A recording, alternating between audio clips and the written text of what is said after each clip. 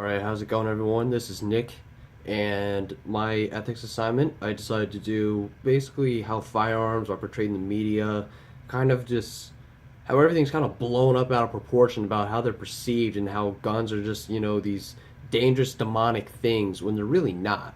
Like a gun's an inanimate object.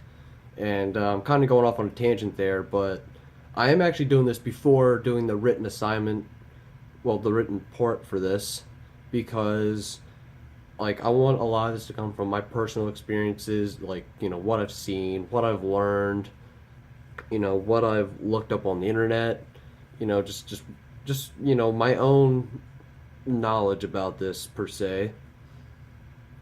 And a couple points I want to get across is the term assault rifle, the a concept called the thought police, and basically just like guns and crime in general. And the first point I want to talk about is the term assault rifle and really just how a firearm is perceived to the general public, like altogether.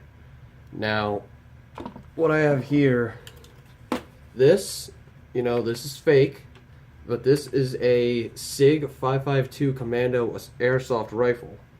Now, it is designated as an M82 6mm BB bullet firing gun.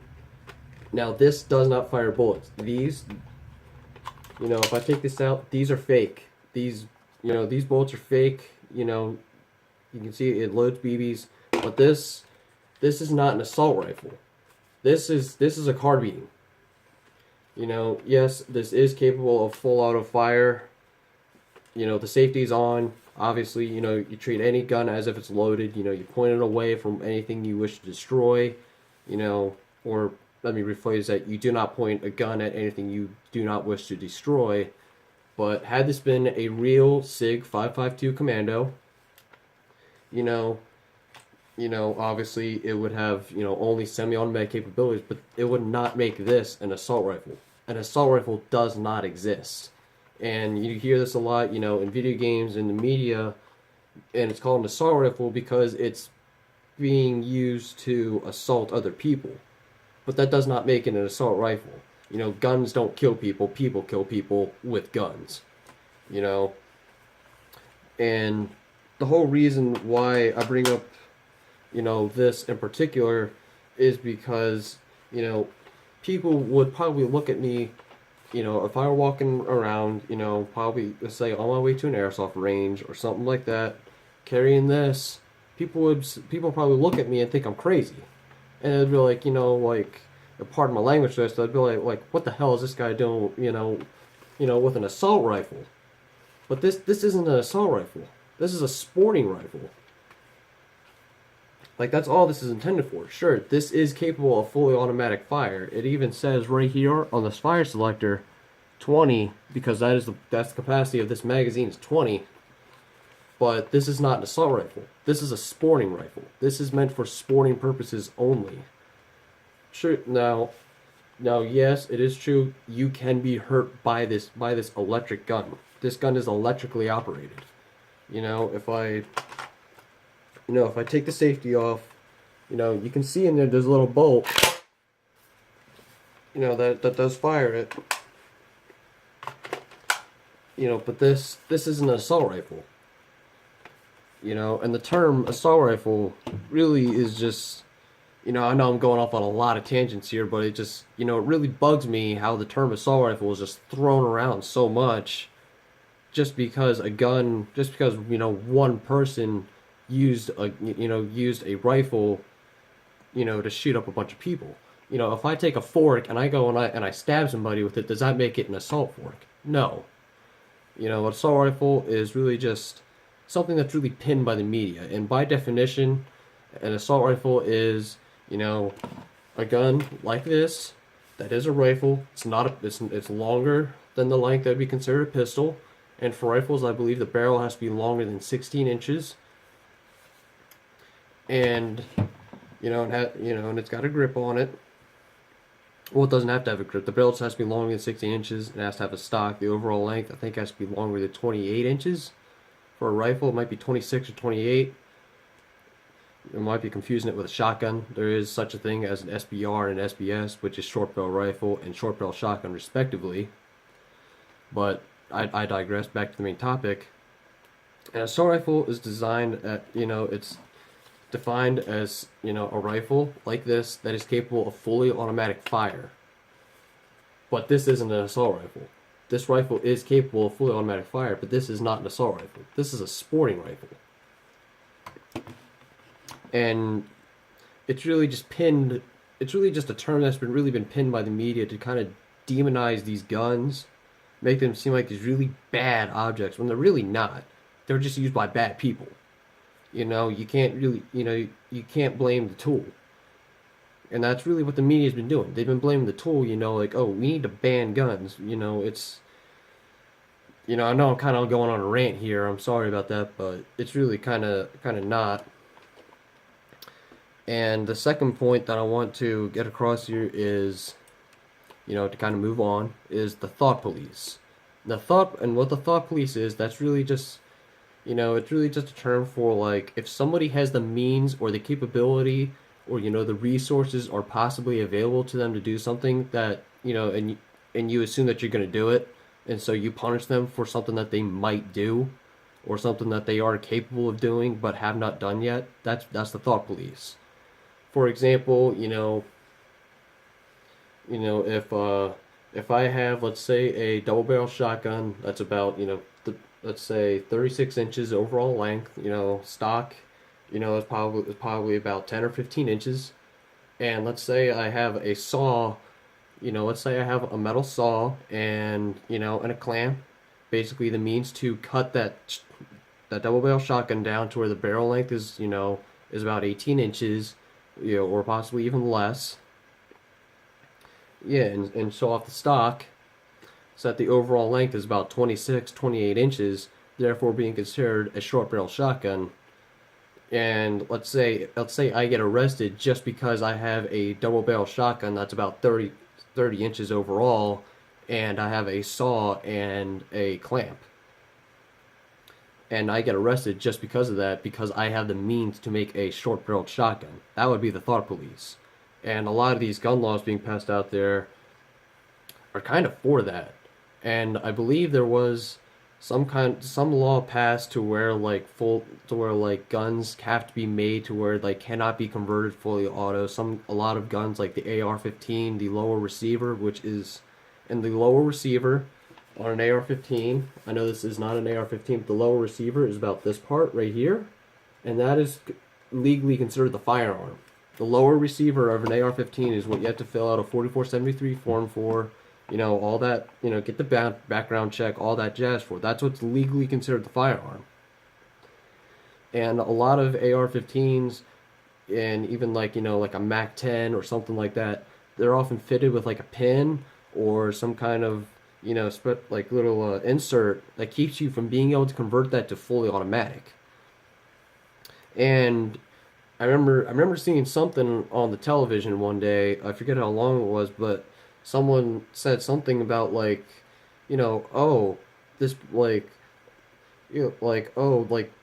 was some kind of shooting. It happened here, and it was done with an AR-15 semi-automatic carbine. That's what it is. It is a semi-automatic sporting carbine. It is not an assault rifle. But the person did have the ability, and they had the parts to be able to upgrade that AR-15. And someone said that was being interviewed. They said that gun should be banned from the shelves, and that person should have been thrown in prison a long time ago because they had the ability to upgrade it, but they didn't.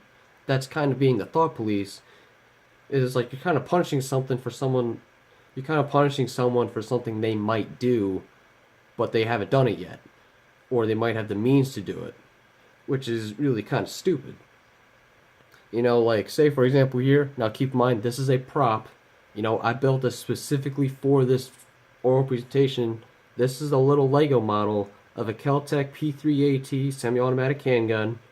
You can tell this is fake. This will never fire a projectile, even though, yeah, it has a little model magazine. It's got a moving trigger. It's got a moving slide. It has a barrel, but nothing will ever come out of this gun.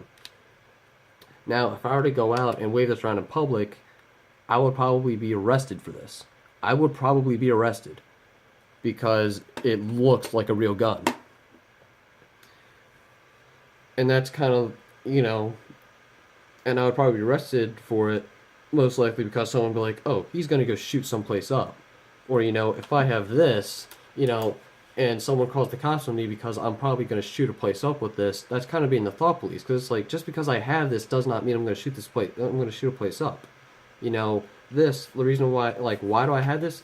Because it's fun to shoot. This is fun. It's got an orange tip on it, which legally lets people know that it's fake. It's not real. It's not an actual firearm. Yes, it does shoot projectiles. It shoots 6mm BBs, but it does not. But it's not a real gun. And it's like, just because I have, this airsoft rifle, people think, oh, this dude's gonna go to be a school shooter or something like that. Like, that's kind of being the thought police right there. It's like, just because I have an interest in firearms, just because I have, a little, basically this is basically a toy, people are going to assume that, I'm going to grow up to be a school shooter or something like that. That's kind of being the thought police, and that's really kind of the bad thing that's been pinned on people lately on the media. You see these schools, to kind of, I'll give you an example of, the thought police. If you, I don't know how many of you have heard the story about the kid that, he bit into a Pop-Tart, and it ended up vaguely resembling an M1911 pistol, and, and he kind of, played around with it, and he was like, you're like, hey guys, look, this kind of looks like a gun, and he got suspended or something for it, and that's really kind of stupid, because it's like, yeah, it's like, why are you gonna suspend a kid for that? It's a Pop-Tart, only that's really only dangerous, if he chucks it at someone or something like that.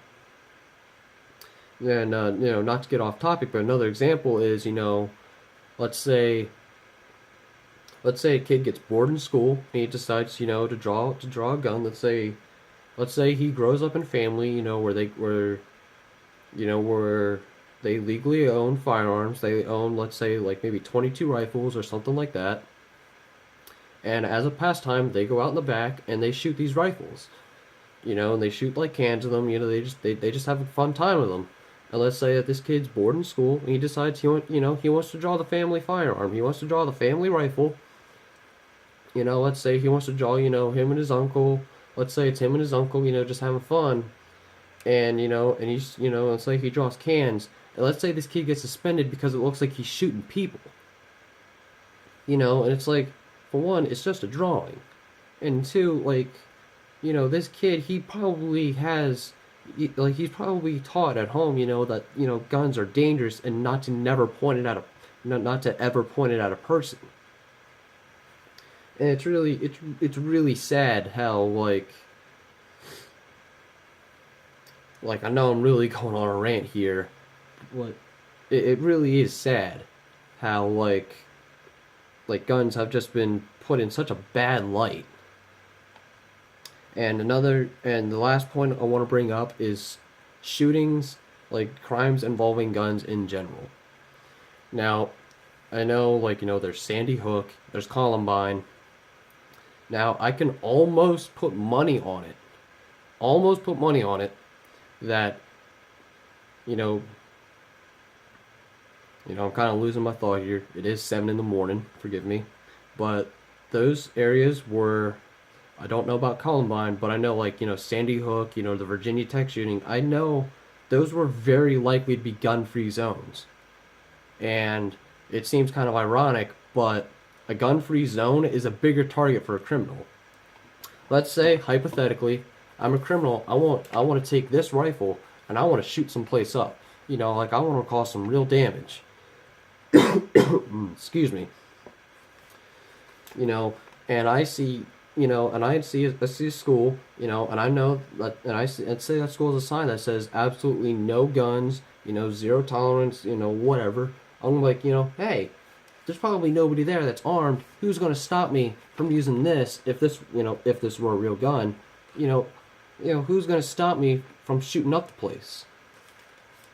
And that's really the situation we're faced with today. Is a lot of these schools are gun-free zones, and they're really just targets, really.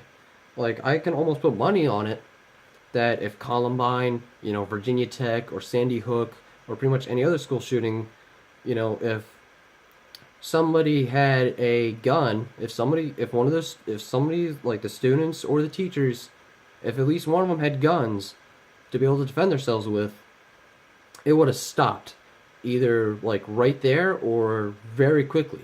Like in Columbine, like the first two victims were a boy and a girl that were outside. They were just chilling outside. They were the first two people that the shooters came with. If the boy and or the girl had a concealed carry handgun on them, like this, when one of the shooters pulled out a rifle and shot him, because the male he did live. He lived by faking death. The girl died, unfortunately, but the male did live.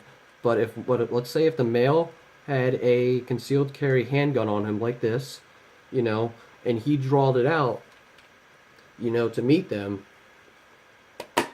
I can almost put money on it that there would have been a bigger standoff. Because if you're going to shoot up a place, and you're not expecting anyone to be armed, and then someone pulls out a gun at you, that is immediately the threat. You now have to reason with them, because granted, Columbine, there were two shooters, but had, let's say the male student been armed with a handgun, and let's say he fired off a shot and killed one of the shooters, now half that criminal firepower is down. That is half the firepower. In Columbine, about excuse me, it was roughly 27, 28 people died. That number probably could have been halved if out of those first two students, that male student that did survive, if he had a handgun on him, if he managed to fire off a shot and kill one of the shooters, that's half the shooter's firepower gone right there. That is half their firepower, half their manpower gone. It is now a one-man army, and not only that, but now the other shooter, the other one who's left, he's now bringing in question, how many of these other students have guns? Like what am I getting into? And that's really the way. It is that, like, these gun-free zones, these schools enact these policies to where it's like zero tolerance, because it's kind of hoping to kind of minimize like the threat of gun violence. It's really just increasing it. You're really just making the school a target, because now this dude who's got a rifle, he's got a gun, he's in there, he knows that there's like pretty much no resistance. And there was a sign for a school I saw somewhere, and it was a yeah, I believe it's for an elementary school. It said like 5 of our teachers are armed with Glock 26s. Guess which ones? And that was really meant, to be a big middle finger to pretty much any suspecting criminal who would want to shoot that school up. If I were a criminal and I were going to shoot that school up, but I see the sign that says, hey, 5 of our teachers have Glock 26s on them. Guess which ones? I'm gonna be like, oh snap. Because now I'm one man. But there's at least 5 of them. At least 5. There may be more of them that are armed. It's a 1 versus 5 situation. I'm gonna want to get away from that school. That's really the way it is. And and to kind of wrap this all up, like what I'm saying is, like guns really need to be put in a better light in the media. This whole thought police thing, these whole laws being enacted just because someone has the means or the capability to do something that they're going to do it, like, that kind of needs to stop. And, and there really does need to be, like, something that has to be done about gun violence in schools in general, like armed teachers, etc. Like, I would fully support an armed teacher. I would definitely want, like, if I were to send my child obviously I don't have a child right now, but in the future, if I were to send my child to school knowing that the teacher of my child had a gun and could protect my child and his or her fellow classmates, I would be so comfortable with that because I would know that my child is in very good hands because I got someone who has a gun who can protect these children, especially if it's in like an elementary school, where these kids don't really know how to defend themselves. You got that kind of situation, you got that sense of security, that your child is in good hands. So basically, to wrap this up, that's basically what I wanted to get across. I know I went off on a lot of tangents. I'm sorry if I kind of if my voice kind of sounds a little raspy, and I'm sorry for coughing. I am getting over being sick. And yeah, that's pretty much it. I'm about to do the written assignment for this. I did want to do this before doing the written assignment, just to kind of do it from the inside, I guess. But that's pretty much it, and I'll see you guys next time.